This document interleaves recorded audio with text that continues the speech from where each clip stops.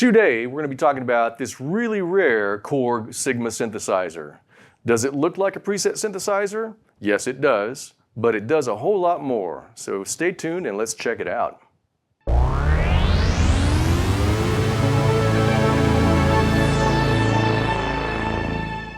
Hi there, I'm Roland Pettis. This is Alamo Music Center, downtown San Antonio, Texas. Check out our website, alamomusic.com, and hop on the YouTube channel, Alamo Music Sound Lab, and subscribe. As always, we have tons of cool videos coming up in the future, tons of them that we've done in the past, and we'll be talking a lot about all kinds of gadgets, synthesizers, samplers, sequencers, etc. So be sure to subscribe. This Korg Sigma was made about 1979-ish, and we'll talk a lot about the features that it's got in it and some of the sonic architecture that it has, which to me sounds a lot like a Korg MS series.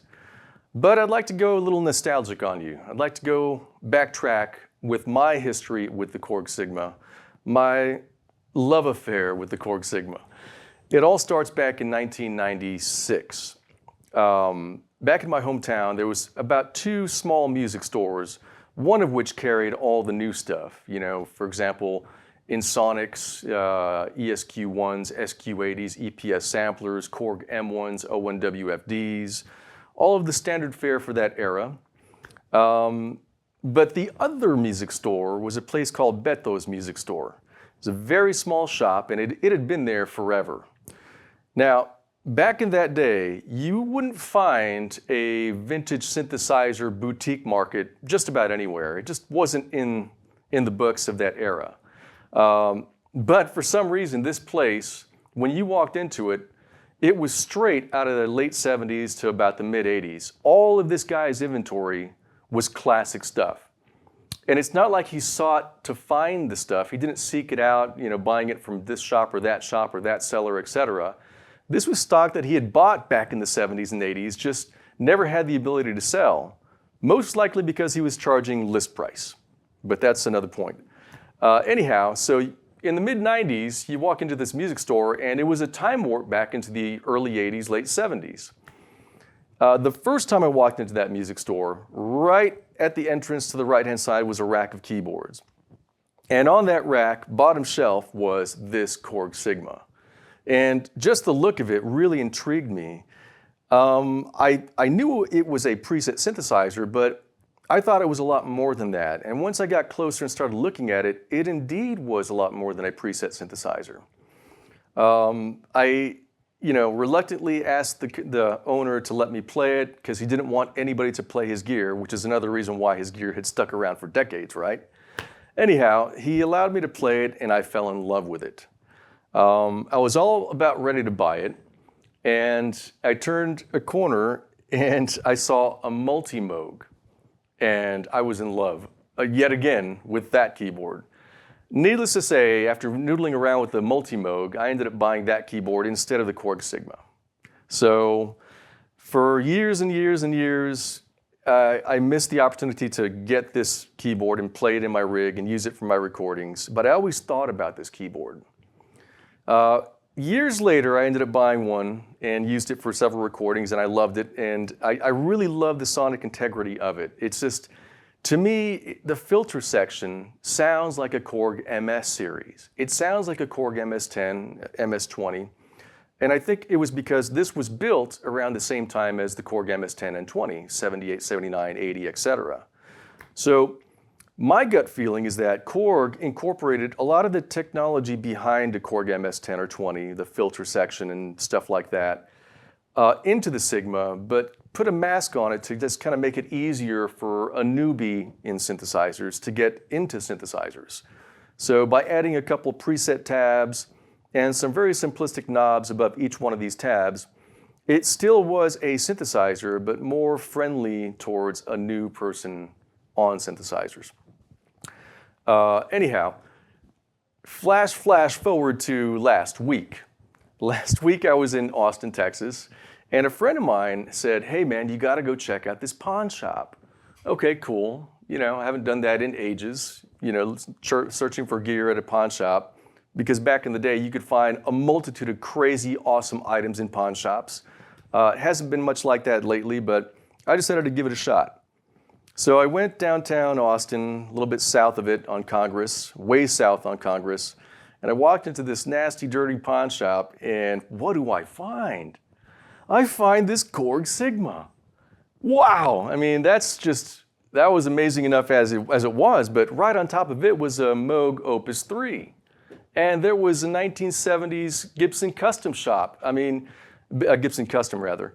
So all in all, that pawn shop had gold, and I just had to have this particular keyboard. So I walked out with it. And again, I'm feeling a little nostalgic. Today's my 50th birthday. So I just had to bring this back and demonstrate it to you all to show you what an awesome keyboard it is. Again, don't let the panel confuse you. This is truly an awesome and well-developed synthesizer. And I think Korg probably could have done a Sigma 2, a Sigma 3, and so on to continue on the lineage, but it just ended then. I'll get to playing it in just a little bit, but I do just want to talk about some of the basic features. And some of those features are this. There are two sections. There's an instrument section and a synth section. Now, you can have both of these sections playing at the same time, and you do have a blend for it right over here. This is a balance knob. This knob will balance the instrument side or the synth side or both in between, which is kind of cool because you could stack stuff. So you might think that pulling up a tuba preset would just give you the tuba, right? No, you could do the tuba and then add a sample and hold or a sawtooth or a pulse wave, and then you could octave up or down any which one of that, and now you've got a pretty stacked awesome tone. Right above each one of these little tabs is a modifier for that preset. So you might think just having one modifier, one way to augment that tone on that preset might be limiting, but it really isn't, because you do have the filter section over here, you've got the LFO section, and a bunch of other stuff that kind of like goes a little bit further in synthesis. For each one of these, Korg did pick a particular parameter to be assigned to that particular tab. For example, one of these might be cutoff above it, another one might be attack above it, etc. One might be an LFO above it. So all in all, it's a weird way of doing synthesis. And again, I think the limiting factor of the one knob per preset thing kind of is pretty cool. Another cool thing about this keyboard is that you can engage one preset and then engage another one on top of it. So now you're stacking 3 different oscillators, so to speak, on the synth section, and then you could still add more stuff on top of that. You're talking about stack on top of stack on top of stack on top of stack. So that gets really fun and really bold and really big really fast. Very, very cool. You also have a ring modulator on here as well, by the way. The filter section is pretty weird because you really have to navigate it with the joysticks. There are 2 joysticks right over here. This particular one is the high pass cutoff and the low pass cutoff. And again, really very much like a Korg MS series because Korg MS filter is the high pass, low pass independently that you can work together. So this, again, I think really identifies with the Korg MS in a lot of ways. On this side, you've got your pitch bend, which is left to right, and you've got vibrato depth, which is up, and noise depth, which is down. So by moving this kind of like around, you can kind of like really get a really funky kind of cool tone just by navigating these joysticks. By the way, every Sigma that I've ever seen, aside from that first one back in 1996, all of the joystick tips have been broken off just like this one. Not a problem though, because you could still use it with your fingertip. And if you're lucky enough to wait around on online market like eBay or something, you do find parts for this that rarely come up, and once a decade you might find replacements for these joystick paddles. I should say though, it's really hard to find a Korg Sigma on the used market any which way around, so it's not like these are in abundance and the parts are harder to find beyond that as well. The back panel is pretty cool. You've got your outputs, your headphone jack. You do have some CV patch points, which is kind of nice. If you wanted to integrate it into your modular rig or other CV rig, you can definitely do that. And I thought this was kind of retro and neat. This actually pulls up so that you could rest your sheet music on. Isn't that cool? I'm not a sheet music kind of guy. I play by ear, always have been, but for those that do, that's kind of neat. All in all, a super cool synthesizer. Let's see, I think there is, oh, you also have a keyboard sensor on here. So that's kind of cool. You can navigate what effect you'd like on the keyboard sensor according to the synth section or the instrument section. So pretty powerful all the way around. Lots of features, lots of cool stuff, and definitely a cool sound. And I forgot to mention, I do have this hooked up to an Eventide Space Reverb processor. I thought it would be just a really cool thing to add to the tone of this. So what I'll be doing when I'm playing the keyboard later on is I'll play a couple things with it bypassed, and I'll just kind of bring it in on certain things here and there so you can really hear what this keyboard would sound like through an awesome effects processor, and also really hear what this Eventide Space has to offer, which is a lot. So let's check it out later on.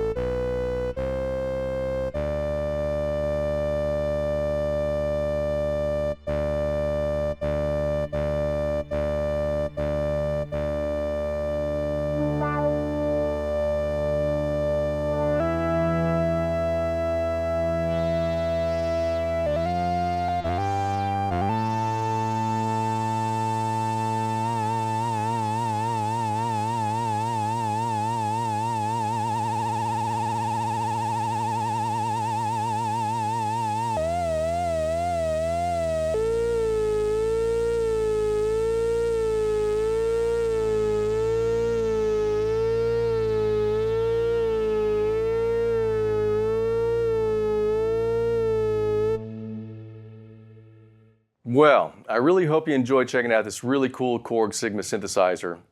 As you can see, it's a lot more than what it looks like. Truly a classic and very cool synthesizer, and of course that great Korg pedigree behind it.